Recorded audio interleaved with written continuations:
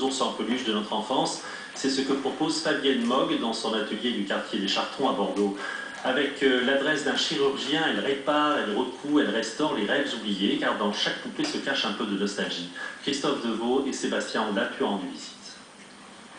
À la clinique des poupées, il n'y a qu'un service, celui des urgences.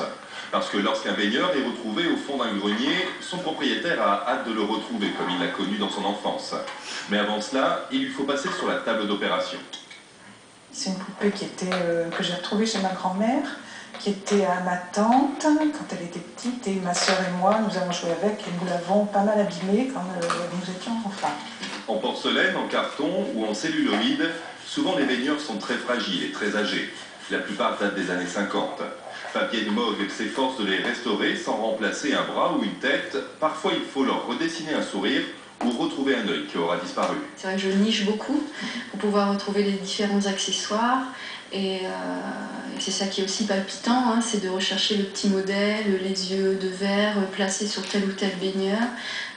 Chaque baigneur a une identité bien précise du fait d'une signature dans le cou, à la base du cou.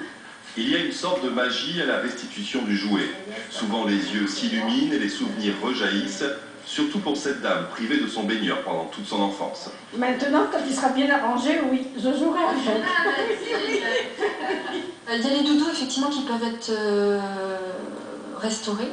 C'est très gratifiant parce que l'enfant prend dans ses bras l'objet une fois que je l'ai restauré, et là il n'y a pas de masque, on y va. L'adulte ne le fait pas, j'ai pas vu encore. Fabienne Mogg exerce un métier qui n'a pas de nom. Quand on lui demande de se présenter, la réponse est inattendue. Elle se dit restauratrice d'objets affectifs. C'est joli. Je vous propose maintenant de découvrir